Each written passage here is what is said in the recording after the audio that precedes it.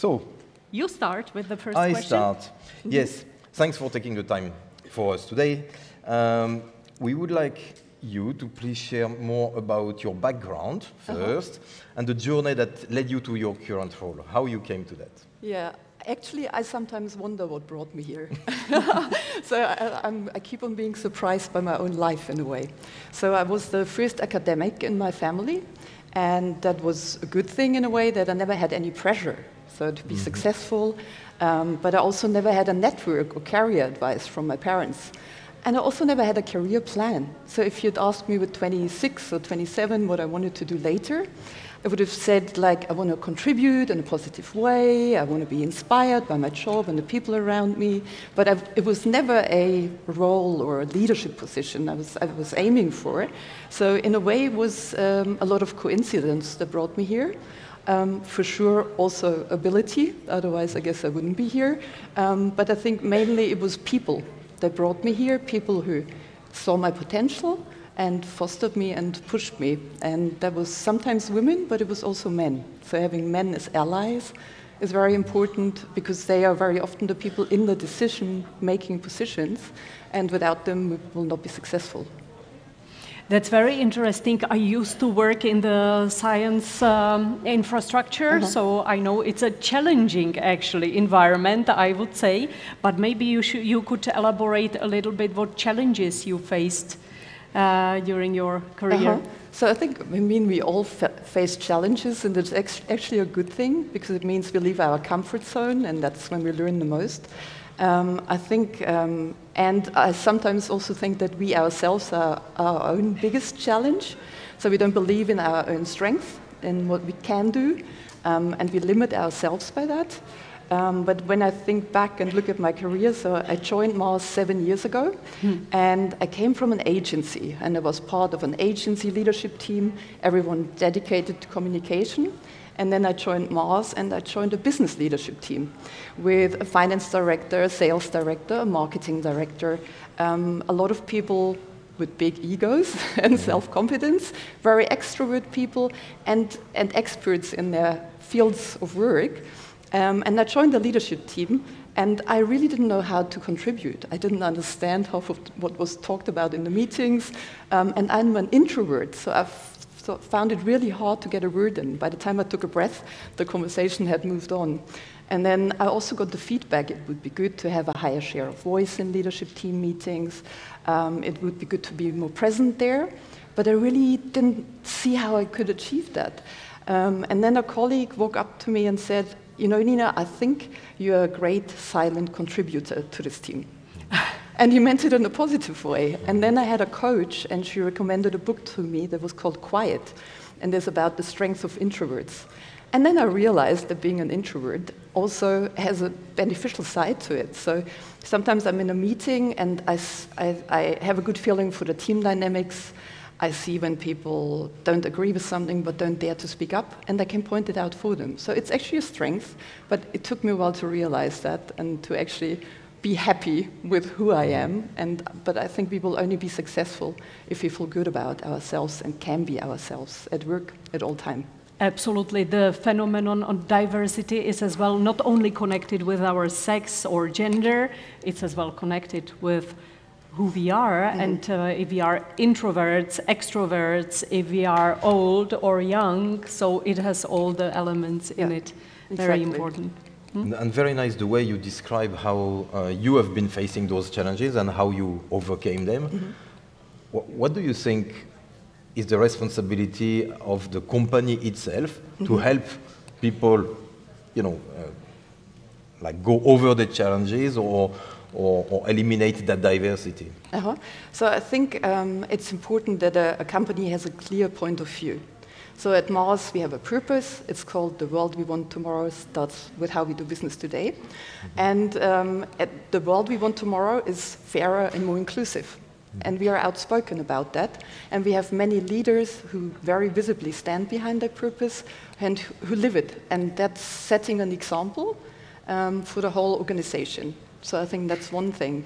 The second thing has been addressed, like being committed to gender-balanced leadership teams. So we have the commitment to have 100% gender balanced teams. We are currently globally at 40% women, 60% men on average. And my Central Europe leadership team, the Czech Republic is one of the markets I'm responsible for, is actually, we are a leadership team of 12, and it's 8 women. So I think that's then raising the bar. Sweet job, I guess. It is. It's amazing. And a lot of introverts. So it's completely different environment from the one before, and I quite enjoy it. Amazing. So you announced to us that you will speak about the potential of being your true self.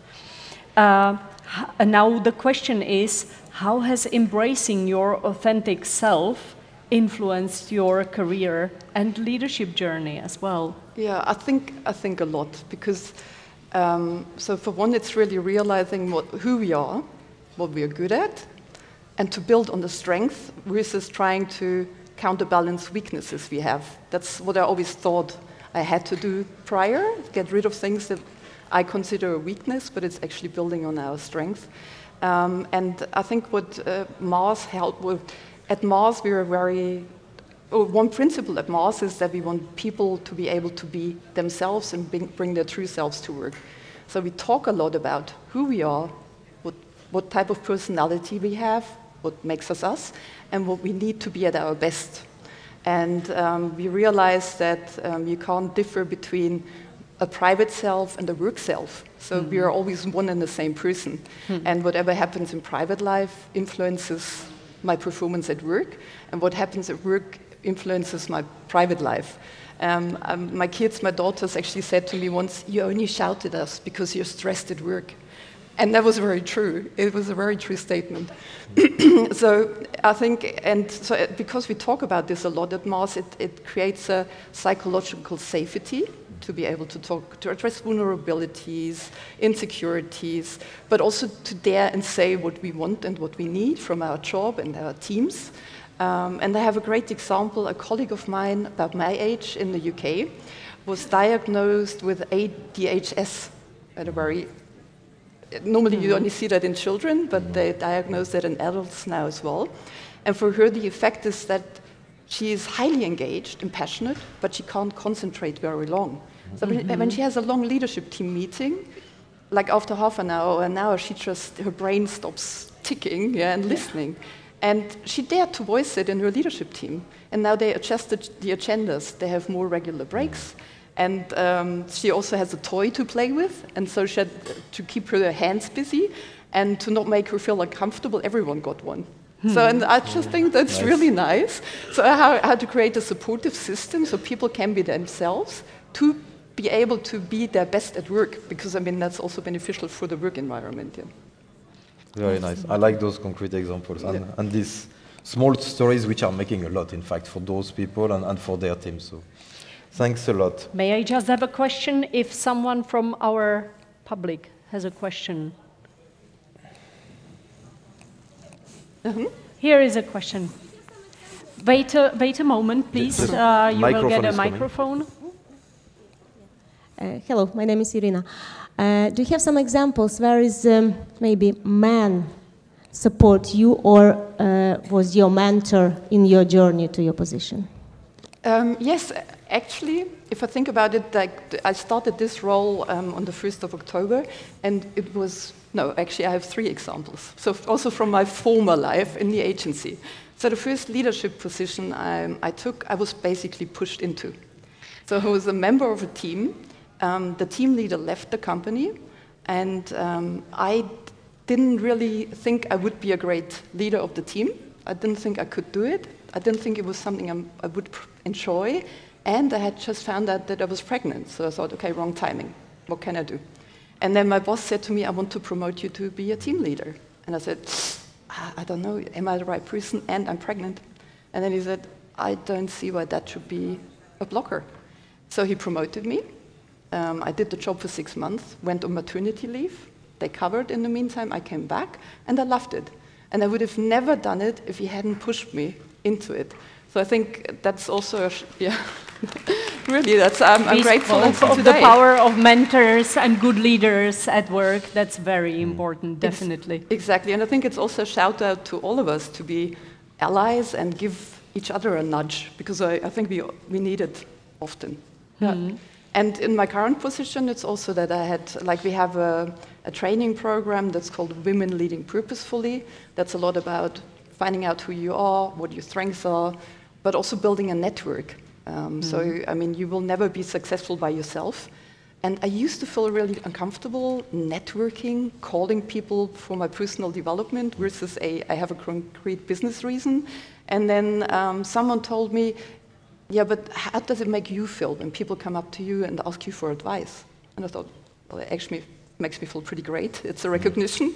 And now I look at it that way. And I had a GM, a general manager, and a regional president who supported me a lot and who also made me take this next step and take over the responsibility for 10 Central European markets. So they helped me a lot on the journey and were my mentors there. Nice. Thank you.